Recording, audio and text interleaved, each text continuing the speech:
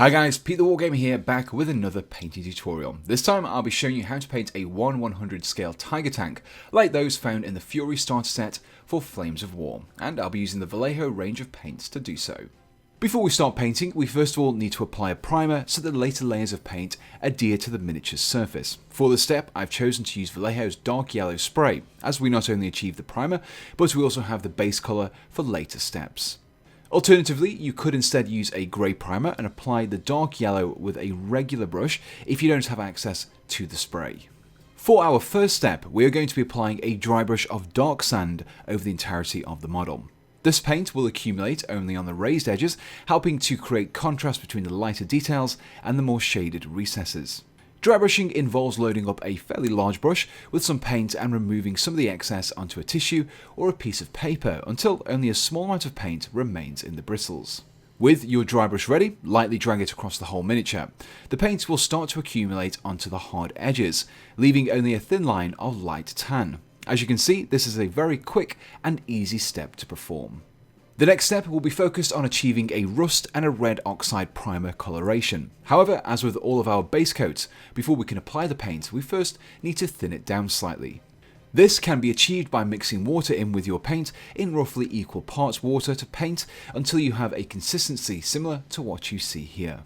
For the step, I'll be using saddle brown and applying it over the exhaust caps to create a rust effect and also over the tracks. This is to represent the red oxide primer that was painted over them. When base coating, I find that applying two thin layers results in a much better coverage than applying just a single layer. Just allow for suitable drying time between your applications.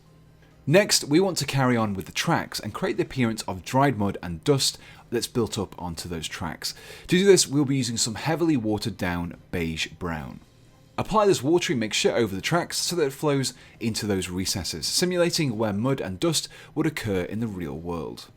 Next, we can start to work on the camouflage pattern. For the step, we'll be using two different colours in the exact same manner, reflective green and chocolate brown.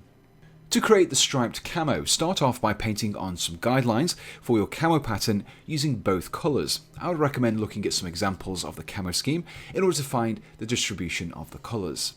Don't worry about getting a thick, solid line at first, as we want to get just the pattern traced out. Once you're happy with your pattern, we can then start to feather out the lines and increase their thickness.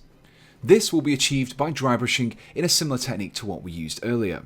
Take your prepared dry brush and using a slight dabbing motion, go over your camo lines with the appropriate colour. This will thicken up the lines and create a slight transition from the camouflage colour to the dark yellow of the armour, giving the appearance that the camouflage has been sprayed on. Now that the base camouflage colour has been completed, I would suggest applying your decals now. This way, any details or weathering that is applied to the tanks will cover over the markings too. With the decals completed, we can now move on to painting any wooden areas such as the tool handles with a base coat of German camo medium brown. Continuing with the details on the tank, we'll next be painting any unpainted metal areas with the starting colour German grey. When highlighted with a metal paint later on, we will create the appearance of blackened steel. With all of the base coats completed, we can now start to apply some washes. These are great for boosting the visibility of details as they will flow into the recessed areas and create the appearance of shadows.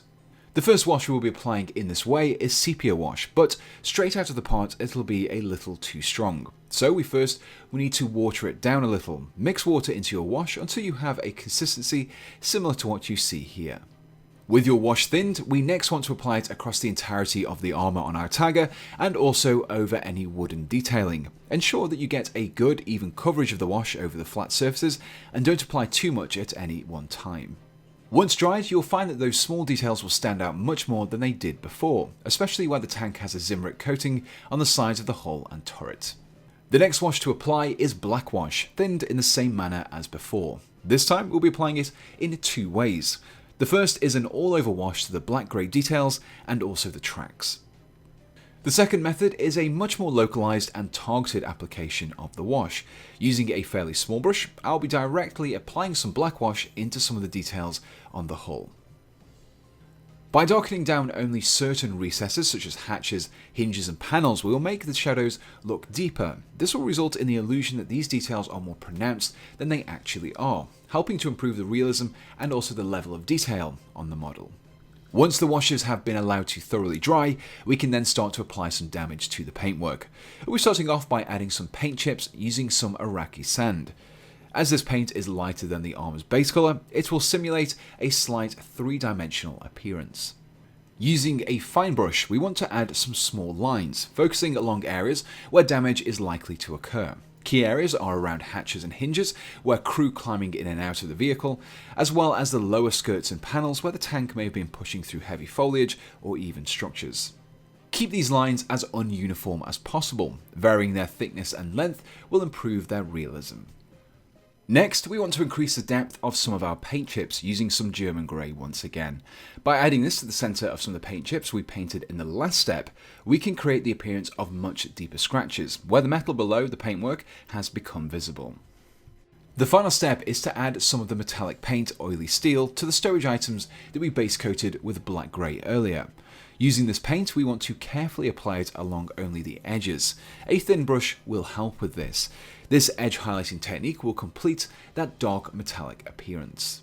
Once those smaller details have been picked out, we can next apply a dry brush of oily steel over the tank tracks, simulating the areas that have been worn down to bare metal. And here we have the completed Tiger tank. Now whilst I focus on a Tiger, you could easily apply some of the same colours and techniques to other late war German vehicles in the European theatre.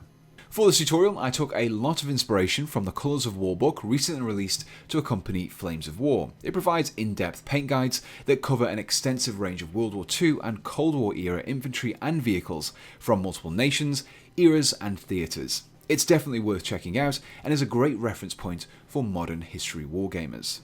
You can find a full list of all the paints used in this tutorial in the description below, along with any other equipment that I've used to create this video.